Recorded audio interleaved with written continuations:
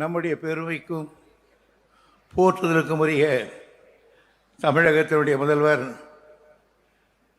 தமிழருடைய தலைவர் தளபதி அவர்களே, எங்களை எல்லாம் வரவேற்ற மாண்புமிகு அமைச்சர் பொன்முடியார் அவர்களே, இதே இலாக்காவினுடைய அமைச்சர் சாமிநாதன் அவர்களே, விழாவுக்கு வந்திருக்கிற அமைச்சர் பெருமக்களே, நாடாளுமன்ற சட்டமன்ற உறுப்பினர்களே மற்றும் அரசு அலுவலர்களே, அண்ணன் ஏஜியின் பால் பற்று கொண்டு வந்திருக்கக்கூடிய பொதுமக்களே, தளபதியினுடைய பாசத்தால் கட்டுண்டு வந்திருக்கக்கூடிய திரளாக வந்திருக்கக்கூடிய பொதுமக்களே, தாய்மார்களே, இன்றும் மாறாமல் தலைவரை நெஞ்சிலை நிறுத்தியிருக்கின்ற மக்கள், இங்கே வந்திருக்கக்கூடிய பொதுமக்களே, உங்கள் அனைவருக்கும் என்னுடைய அன்பான வணக்கத்தை தெரிவித்துக் கொள்கிறேன். ஒரு மகத்தான காரியத்தை நம்முடைய தளபதியார் அவர்கள் நிகழ்த்திவிட்டு வந்திருக்கிறார்கள்.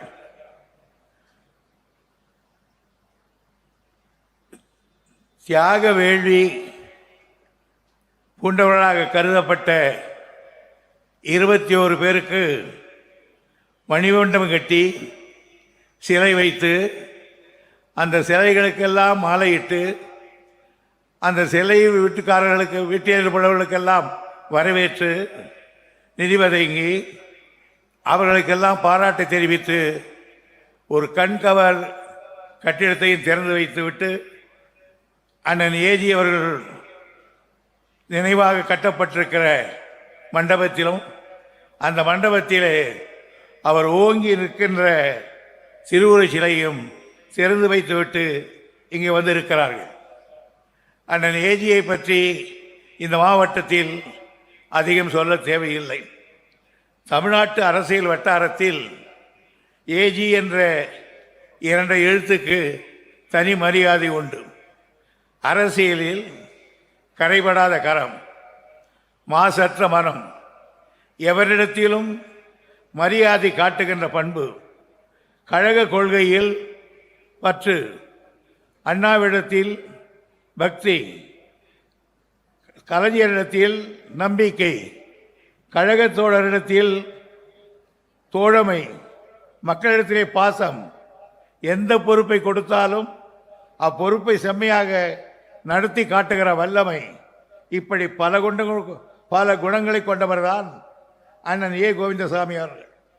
உழைப்பாளர் கட்சியிலே உதயமாகி அண்ணாவின் பரிசத்தால் கழகத்துக்கு கிடைத்திருக்கின்ற அற்புத மனிதர் அவர்.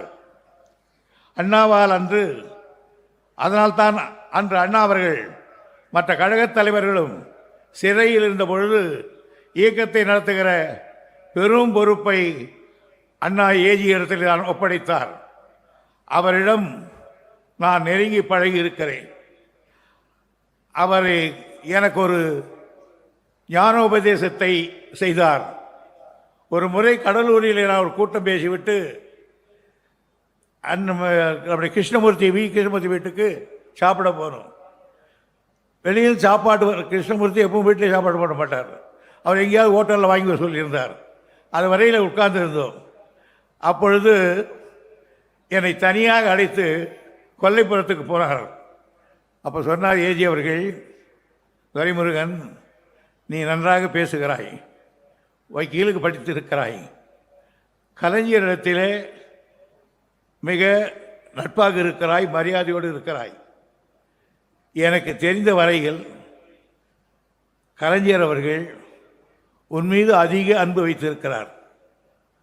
நான் ஒன்று சொல்லுகிறேன், அவரிடத்தில் யார் மாசற்ற அன்பு வைக்கிறார்களோ அவரை கடைசி வரையில் காப்பாற்றுவார்.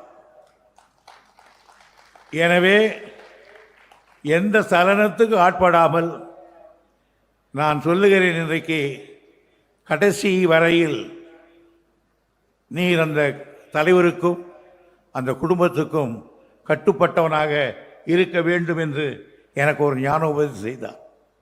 இன்றைய வரையில் அது எனக்கு ஞான பாடமாக அமைந்து விட்டது. அப்படிப்பட்டவர்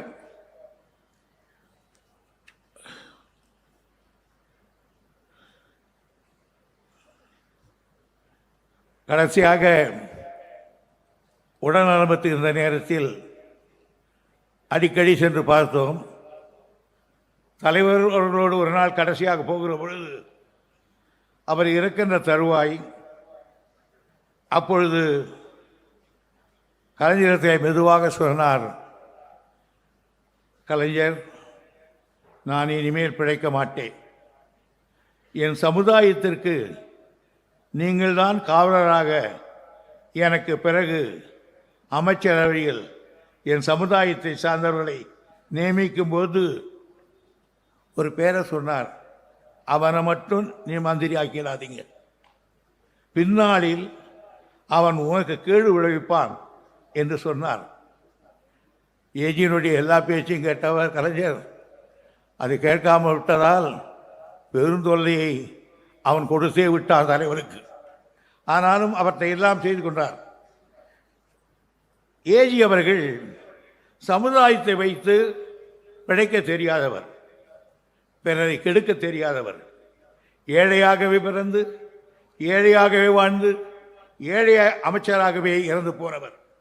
அதனால்தான் இன்றும் மொழியூரில் விக்கிரவாண்டி பகுதிகளில் அவருக்குள்ள மரியாதையை நான் பார்த்திருக்கிறேன். இந்த முறையெல்லாம் சென்ற முறை விக்கிரவாண்டி தேர்தலுக்கு நான் பேச்சு கொண்டு வந்தேன். ஒரு ஊரில் நானும் ஜெகத்ராட்சிக்கும் பொன்முடியும் போனோம். அந்த ஊரில் கூட்டம் நடக்குது, ஒரு கலடாசம் நடந்து கொண்டது. இறங்கி என்னவென்று கேட்டேன். அந்த ஊரில் இருக்கிறவெல்லாம் ஒன்றாக சேர்ந்து கொண்டு சொன்னார்கள், இந்த ரோடு ஏஜி போட்டது, இந்த தண்ணி எங்கள் குடிக்கிறதுக்கு அவர் போட்டது, இந்த பள்ளிக்கூடம் அவர் கட்டினது, இந்த பார்க் அவர் வைத்தது, எல்லாம் செய்து கொடுத்தவர் எங்களுக்கு ஏஜி. அவர் படத்தை போடாமல் ஏன் நீங்கள் நோட்டீஸ் போட்டீங்கன்னு கேட்டார்.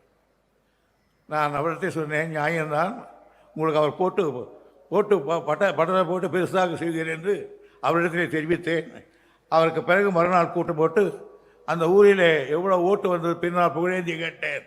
பெரும்பகுதி ஓட்டுக்கள் நமக்கு வந்தது என்று அவர்கள் சொன்னார்கள்.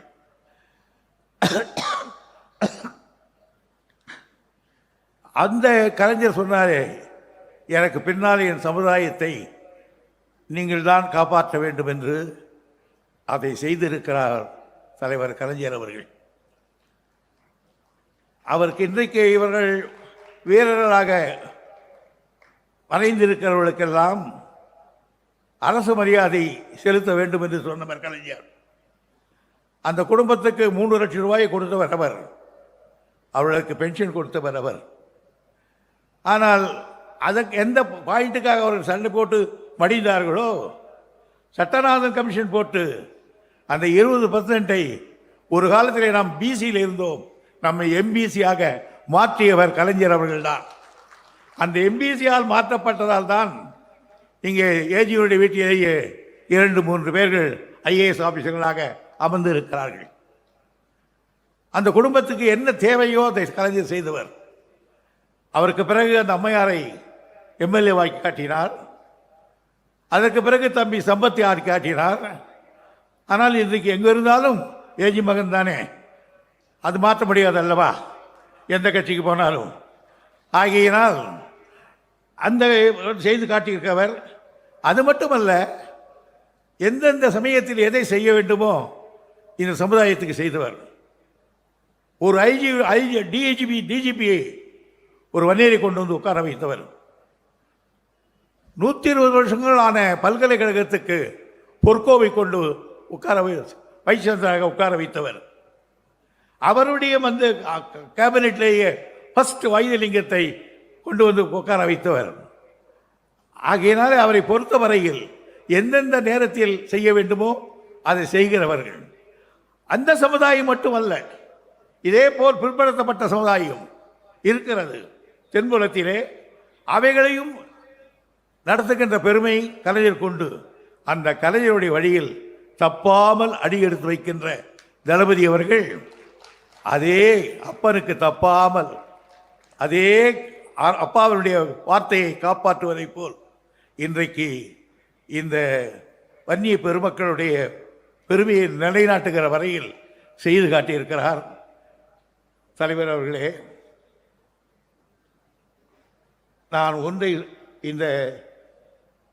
நான் அதிகமாக இந்த கூட்டங்களில் கலந்து கொண்டவன் அல்ல. ஆனால் ஒன்று சொல்லுகிறேன்,